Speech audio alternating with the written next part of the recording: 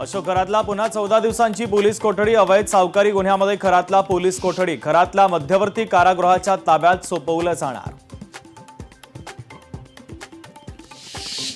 नवी मुंबईमधील घणसोली उद्यानातील पाण्याच्या टाकीची दुरावस्था। दूषित पाण्याची नगरसेवक सौरभ शिंदे यांनी केली पोलखोल। अनुसूचित जातींचं उपवर्गीकरण करण्याच्या मागणीसाठी लहुजी सेनेचं आंदोलन। नागपूरच्या संविधान चौकामध्ये आंदोलन। सिंधुदुर्गमध्ये पुन्हा अवकाळी पावसाची हजेरी। कणकवली, कुडाळ, दोडामार्ग भागामध्ये पाऊस। अवकाळी पावसानं शेतकऱ्यांची चिंता वाढली। रायगडमध्ये अवकाळी पावसाचा धुमाकूळ। खोपोली, खालापूर तालुक्यामध्ये मुसळधार गारांचा पाऊस, तर पावसामुळे नागरिकांची तारांबळ। चर्चगेट रेल्वे स्थानकाच्या बाहेर धक्कादायक प्रकार उघड, तर सार्वजनिक ठिकाणी एका व्यक्तीकडून अश्लील कृत्य करतानाचा प्रकार कॅमेऱ्यामध्ये कैद। घटनेने नागरिकांमध्ये संताप।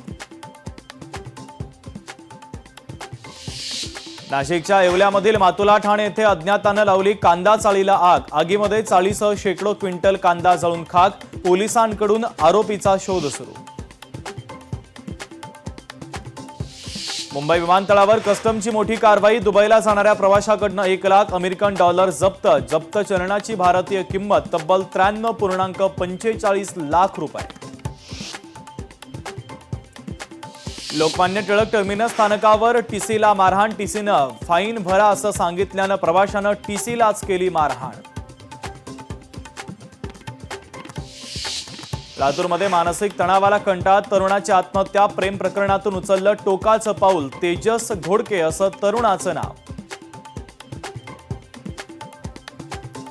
सांगलीमधील अंबाबाई तालीम संस्थेचे अध्यक्ष संजय भोकरे यांच्या हत्येचा कट पोलिसांनी उधळला। तिघांना केलं जेरबंद। तिघांकडून हत्येचं साहित्य जप्त।